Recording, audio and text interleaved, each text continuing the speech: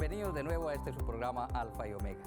Hoy aquí desde la Catedral de Arecibo, aquí en Puerto Rico, para seguir hablando de este tema de la teología del cuerpo y entender lo que significa la palabra principio. ¿Por qué Jesús se refirió 2 veces a la palabra principio en el Evangelio? Precisamente para recordarnos qué fue lo que Dios creó, cómo Dios creó y qué fue lo que Dios creó. Y para que entendiéramos que lo que existía, que no era nada, y es como a manera de explicación, antes del principio era ¿qué? La nada absoluta, la no existencia, la carencia de amor, la oscuridad total, lo que no tenía forma, lo que no tenía ni principio ni fin. Eso es lo que se conoce como caos.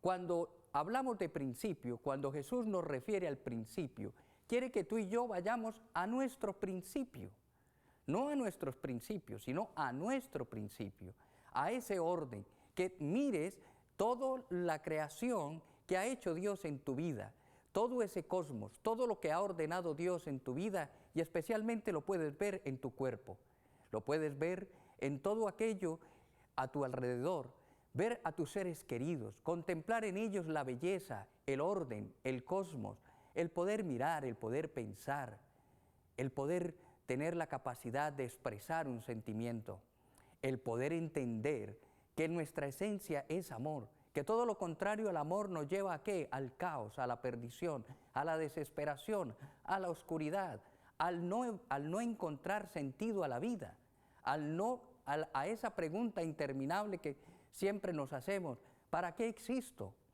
¿Por qué vivo? ¿Quién soy? ¿Para qué vine a este mundo?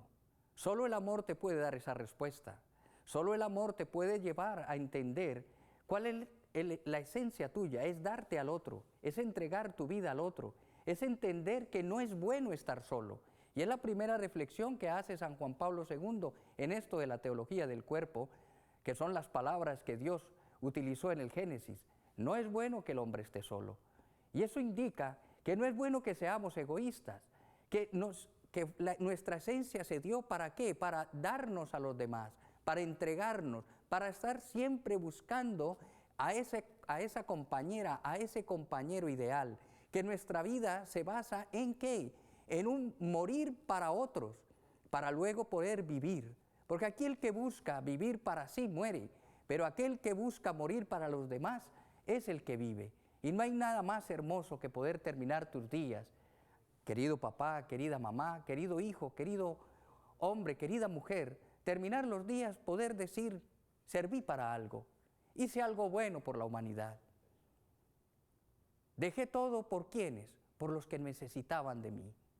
Por eso dice Dios que no es buena la soledad, no es bueno acumular dinero para ti solo, no es bueno tener un hogar para ti solo, no es bueno estudiar y tus conocimientos para ti solo, para engrandecerte, para engrandecer tus bolsillos, para engrandecer tu voluntad y tu dignidad.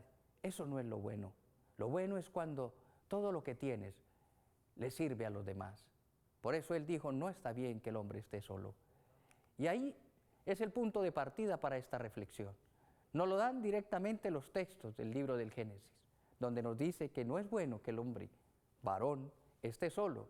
Y dice que va a hacerle una ayuda semejante a él. Y esto es importante. Dijo una ayuda semejante a él. ¿Y esa ayuda quién fue? La mujer. Quiere decir que es semejante, pero no son iguales en sexo. No son iguales en género. Son semejantes. Es como nosotros fuimos creados a imagen y semejanza de Dios. Tú fuiste creado a imagen y semejanza de Dios, pero no eres Dios, no eres igual a Dios. Dios te permite participar de su divinidad, pero no eres Dios, no eres la divinidad. Te invito a que el amor que tú tienes, ese amor que de pronto por algunas causas lo tienes represado, ese temor que nos da a nosotros amar a los demás, entregarlo todo, porque te confieso, por muchos años ese temor lo tuve. Siempre quise construir un futuro, pero para mí. En ese futuro yo quería, como en un carro de supermercado, meter todo lo que yo necesitaba.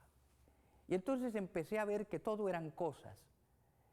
empecé a notar de que todo lo que quería era para satisfacer mi estómago, como el Señor lo dice en su palabra. Empecé a ver que lo único que quería era quería acumular prestigio, quería acumular conocimiento. Me creía con la capacidad de poder comprar y adquirir todo por mi propia inteligencia, por mi propia voluntad. Hasta que un día, gracias a Dios, me hizo comprender de que yo era la nada más el pecado, que sin la ayuda de Jesucristo yo no era nadie, que lo único que tenía en mi mente era una cantidad de ideas y de conceptos que me tenían totalmente desorientado.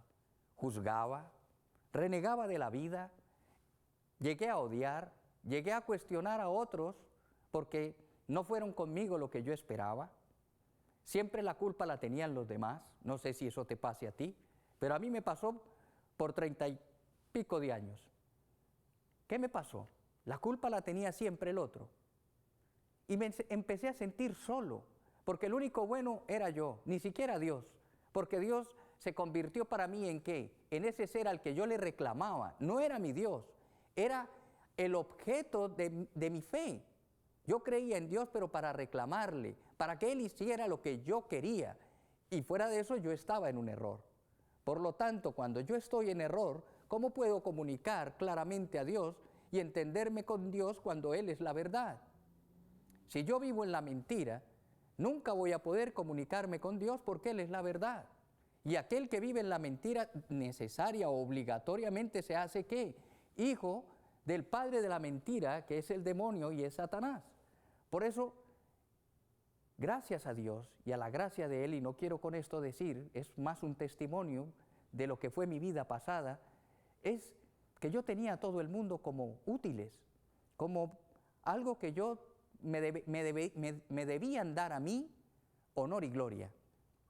Si yo hacía un bien me lo tenían que recompensar, que yo era el bueno de esta historia. Y Dios un día me dijo, no hay nadie culpable de tu vida. El único culpable de tu vida eres tú. Y hoy te llamo a eso, a que revisemos juntos, tú y yo, nuestra vida. ¿En manos de quién está el amar a Dios? ¿En manos de aquel que me odia o en manos tuyas? ¿O en manos mías?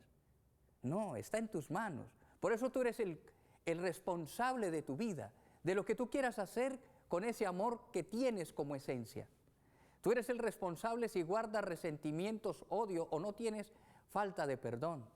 Tú eres el responsable de si te quedas solo y tu vida no está para los demás. Eres tú el que decide.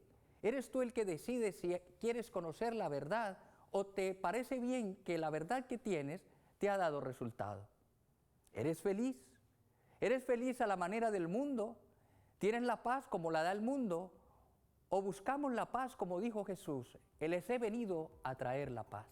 Y eso es lo que el Señor quiere, que tú comprendas de qué, que eres hijo de Dios y que debes buscarlo a Él. Ya regresamos nuevamente para seguir hablando del principio, de lo que tú y yo debemos ser.